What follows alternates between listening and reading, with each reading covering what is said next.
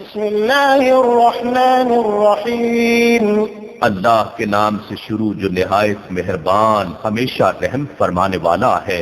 لإيلاف قریش، قریش کو رغبت دلانے کے سبب سے، إيلافهم رحلة الشتاء والصيف، انہیں سردیوں اور گرمیوں کے تجارتی سفر سے مانوس کر دیا۔ فليعبدوا رب هذا البيت، بس انہیں چاہیے کہ اس گھر خانہ کعبہ کے رب کی عبادت کریں تاکہ اس کی شکر گزاری ہو۔